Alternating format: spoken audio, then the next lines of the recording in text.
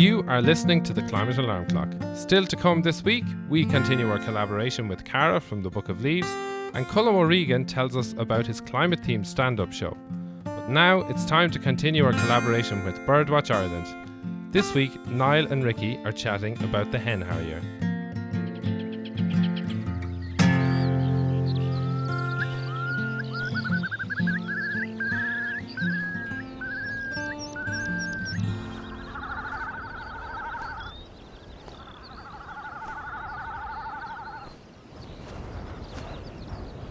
Hi Niall, this week our bad news story is about Hen Harriers. So an absolute charismatic bird of prey. They're just absolutely deadly. Tell me about them. Absolutely, Ricky. One of my favourites, and always a joy to see one because it's often quite unexpected. You're out maybe bird watching, even driving along sometime, and all of a sudden you see one of these beautiful birds drifting over a field.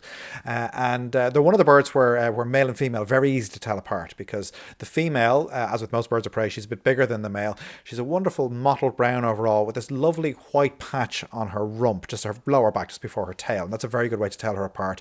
The male looks like a different species. He's this lovely bluish grey bird, so pencil grey colour with dark wingtips.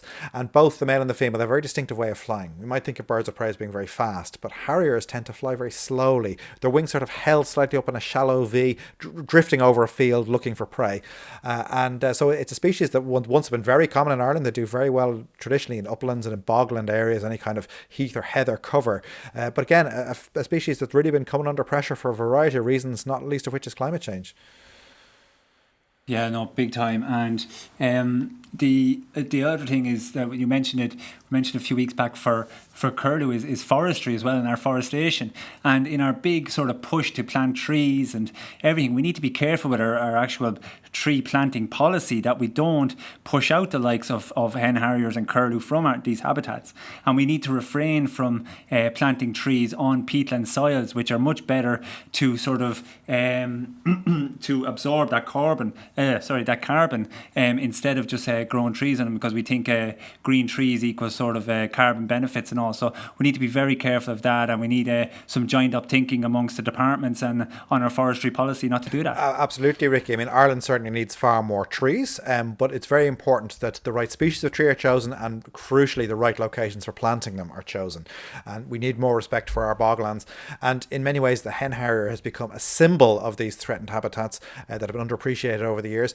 But of course, when we're protecting hen harriers, and when these projects like the Irish Hen Harrier Survey and the EIP projects, when they're happening, they're benefiting hen harriers, but not just hen harriers. Birds of prey are apex predators. So when you see changes in their population, it reflects what's happening to all of their prey species and the food of their prey species. So when we see hen harriers thriving in an area, it means that the small bird populations and the insect populations, the plant populations are thriving as well. So by benefiting hen harriers, it's not just for hen harriers, it's for a whole ecosystem, a whole suite of different species. Absolutely. And also another climate thing, and it's been happening in my area quite a lot, is fires on the blanket bogs up in the mountain. Some set deliberately, but some certainly natural as well. And once they get going, and because the summers are getting warmer and drier and all that sort of stuff, it can wipe out whole hen harrier territories and strongholds in one foul swoop. So we need to sort of pull up our socks there. We need to have emergency plans in place. We need to have all sorts of sort of land management and ways of dealing with that going forward, because these things are going to become more common. Yes, and when a fire happens, obviously with the hen harrier, a ground nesting bird again, like the previous species we've spoken about, the curlew and the corncrake, similar in that respect.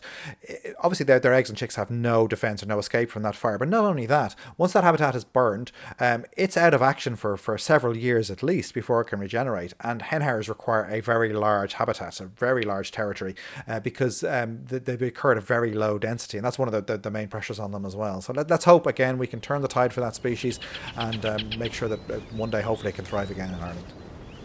Absolutely.